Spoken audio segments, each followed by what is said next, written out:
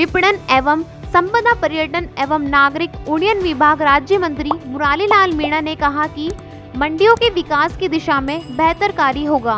मंत्री मुरारी लाल मीणा मंगलवार को सर्किट हाउस बूंदी पहुंचने पर सभी कांग्रेस जनों ने मीणा का माल्यार्पण कर व साफा बंधवाकर स्वागत किया। इस दौरान कृषि उपज मंडी कुंवारती में जगह कम पड़ने की समस्या पर ध्यान आकर्षित कराए जाने पर 13 करोड़ की लागत से 2 प्लेटफॉर्म बनवाने की घोषणा की। यह प्लेटफॉर्म 420 गुणा 200 फीट के होंगे। उनके चारों ओर 100 फीट की सड़क भी बनवाई जाएगी। यह प्लेटफॉर्म कवर्ड होंगे।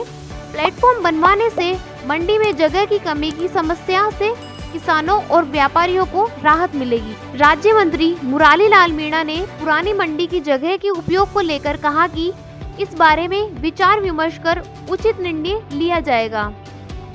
पुरानी दुकानों एवं संपत्तियों को लेकर भी उन्होंने सभी पक्षों के साथ बातचीत कर सर्वसम्मत हल निकालने की बात कही। कृषि विपणन मंत्री ने कहा कि राज्य सरकार ने 3 वर्ष में बेहतरीन कार्य किया है। जन कल्याणकारी योजनाओं से आमजन को बड़ी राहत दी है।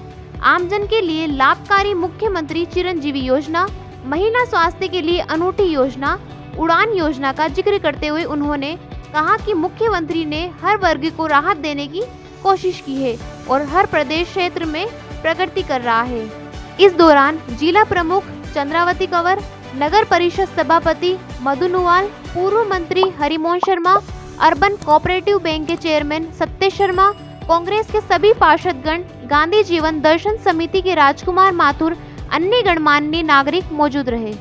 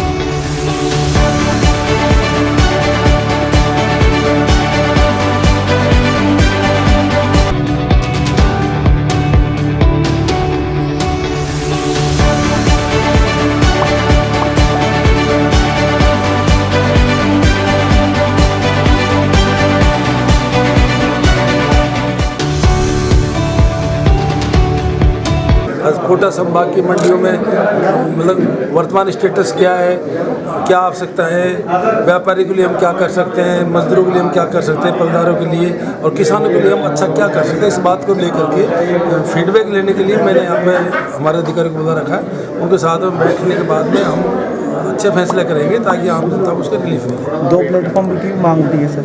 ऐसा मैंने बताया कि जो 2 प्लेटफॉर्म की मेरे पास पहले डिमांड आ गई थी और जो सारी मंडी है कोटा संभाग की मंडी करीब काफ़ी हद तक ठीक ठाक स्थिति में है और हम अच्छी सुविधा उपलब्ध कराएंगे। अभी नए मैं मंत्री बनाऊँ और थोड़ी देर वेट करिए, हो सकता है कि 2 की जगह और भी कई अच्छे काम आपको देखने को मिलेंगे। एक सर पुरानी जो मंडी है वो पूरी जीर्ण शीर्ण अवस्था में होती जा रही है, तो ऐसा बिल्कुल मेरी नॉलेज में है जी।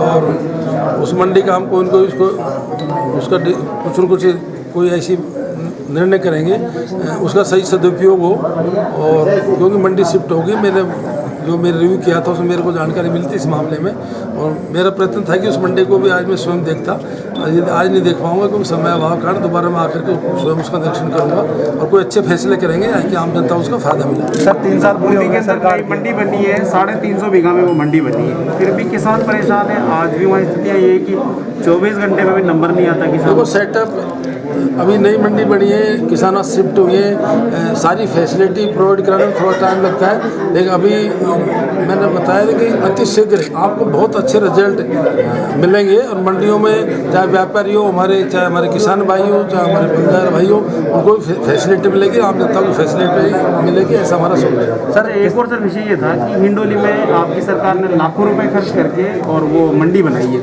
ये उसको चालू ही नहीं कर रहे, उसमें खरीद ही नहीं। ऐसा कई, इसका भी हम रिव्यू कर रहे हैं। हिंडोली की बात नहीं, कई जगह ऐसे है जो मंडी हमारी सरकार ने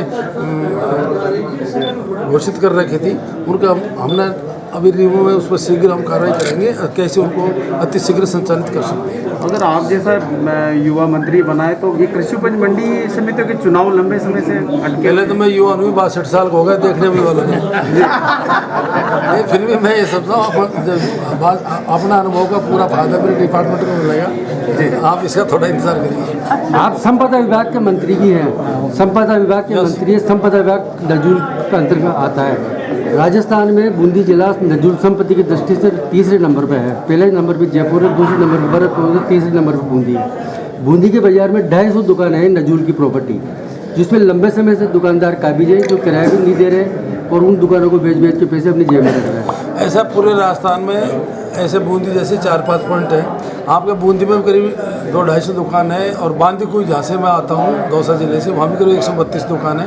हम कोई न कोई, क्योंकि वो संपत्ति, ये बिल्कुल सही है आपका कहना, मूल जो किराएदार थे वो भी शिफ्ट हो गए, और आज की तारीख में प्रेजेंट सबलेट कर दी, सब दुकानें सबलेट कर रखी है।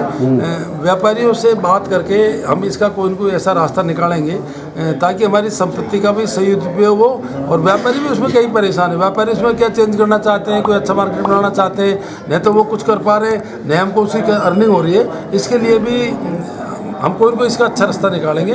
मैं समझता हूँ कि उसके ऊपर हमने अधिकारी से मैंने बात करी है, क्योंकि मेरी 9 में मामला पहले से ही है। कई जगह ऐसी प्रॉब्लम, उसका समाधान निश्चित करेंगे। लेकिन जैसे ये डिसाइड नहीं हो पा रहा कि उन दुकान जो काबिज दुकानदार हैं उनको किस वर्ष की बाजार दर पर दुकान बेची जाए, ऐसा उसमें भी मैं समझता हूँ। यहाँ का मैं डेप्थ में नहीं गया, ये बांदीपुर के मामले में डेप्थ में गया। सबसे बड़ी प्रॉब्लम आई है कि आज से 50-60 साल पहले किसी ने दुकान ली थी, वो सेकंड को दे गया, सेकंड थर्ड को दे गया, वर्तमान फोर्थ काबिज है, दुकान नाम उसकी चल रही है, वो किराया अलग ले रहा है। इसमें बड़ा बारीकी से अध्ययन करना पड़ेगा कि उनको भी, हमको भी जनता में गलत मैसेज नहीं जाना चाहिए, और जो मूल किराएदार है उसका प्लस बीच में 2 और फंस गए उसका, ये एक बहुत अड़जा हुआ मामला है। मुझे पूरा विश्वास है कि हम यदि बैठ के करेंगे तो समस्या का समाधान निश्चित हो जाता है, यदि साफ मन से किया जाए तो, और हम इसमें काम करेंगे। सरकार ने ई ऑक्शन भी स्टार्ट किया था और लाखों रुपए के हमने जो है ना वो उपकरण खरीदे थे, लेकिन आज आप हर मंडी में देख रहे होंगे ना तो फिजिकली काम हो रहा है, वो ई ऑक्शन से कहीं काम नहीं हो रहा। आपको सबको पता है जी, ई नाम के तहत ई ऑक्शन था, ई पेमेंट था, ये सारी बातें थी, लेकिन जो मोदी जी सरकार जो 3 कानून जो लेके आई थी, उससे सबसे ज़्यादा यदि इफेक्ट कोई हुआ था तो मंडी व्यापार हुआ था, और मंडी के व्यापार हुए थे, पलदार हुए थे, और उसके एक तरह से पूरा साल भर के अंदर सारा सिस्टम ही डैमेज हो गया। अब वो तीनों कानून जनता के दबाव में, किसानों के दबाव में मोदी जी ने वापस ले लिए। हम वापस ट्रैक पे धीरे धीरे सारे मामलों को ले आएंगे, और उसमें ये सारे सिस्टम को वापस लागू करेंगे। सर 3 साल पूरे हो गए हैं सरकार में, क्या कहना चाहेंगे? ऐसा 3 साल में हमारी सरकार ने कोरोना काल होते हुए भी ऐतिहासिक काम किए। मतलब बीजेपी तो सोच भी नहीं सकती थी। बजट में आपने देखा होगा, चाहे एजुकेशन के मामले हो, चाहे हायर एजुकेशन के मामले हो, चाहे शिक्षा के मामले हो, चाहे स्वास्थ्य के मामले हो, चाहे जन कल्याणकारी योजनाओं के मामले हो, और सबसे बड़ा जो कोरोना मैनेजमेंट था हमारी राजस्थान सरकार का, आपको पता है कि स्वयं जो बीजेपी के प्रधानमंत्री, हमारे सबके प्रधानमंत्री हैं, बीजेपी के जो नेता हैं प्रधानमंत्री जी, उनने भी प्रशंसा करी थी राजस्थान की। और आर्थिक स्थिति बड़ी चरमरा गई प्रदेश की। ये सारी स्थिति होते हुए भी जिस तरह का हमारा मैनेजमेंट आर्थिक रहा, जिस तरह से कोरोना मैनेजमेंट रहा, और विकास के मामले में हमने ये सारी बातें होती हुई इतिहास काम किए। और आम जनता के लिए भी एक से एक बड़ी योजना है। अभी मुख्यमंत्री चिरंजीवी योजना है, उसमें 5 लाख तक का फ्री बीमा, जो इनकम टैक्स पेड नहीं है, और जो इनकम टैक्स पेड है उनके लिए 850 रुपये में बीमा। इसके अलावा अभी महिलाओं के लिए जो हमारी माता बहनें हैं उनके लिए क्योंकि उनके स्वास्थ्य की बड़ी समस्याएं होती हैं, क्योंकि हमारी भारत की जो संस्कृति है थोड़ी शर्मिली संस्कृति है, तो उसके लिए भी उड़ान IM उड़ान जो अभी चालू किया, मैं समझता हूँ कि ये कई ऐसे काम है जो बहुत ही ज़रूरी थे। और मैं समझता हूँ गरीबों के लिए जितना कांग्रेस ने हमारी सरकार ने किया इतना बीजेपी कभी सोच भी सकती। बीजेपी वाले तो केवल लफेबाजी करते रहते हैं।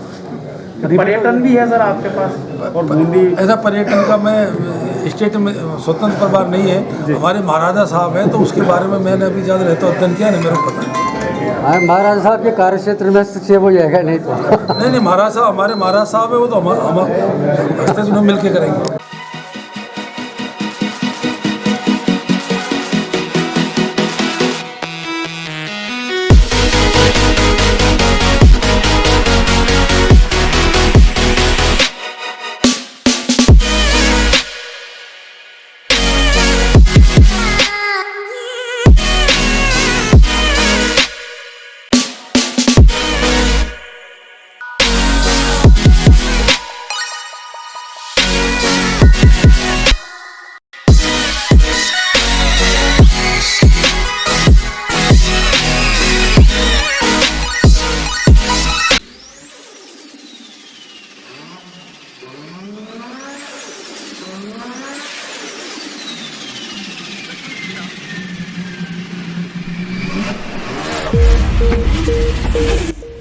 आनंद सेल्स जो लाए हैं बूंदी में सभी प्रकार की साइकिल व इलेक्ट्रिक ई-बाइक साइकिलें जो चले पैडल व बैटरी से, वो भी 7 पैसे पर किलोमीटर व लो मेंटेनेंस और प्रदूषण रहित।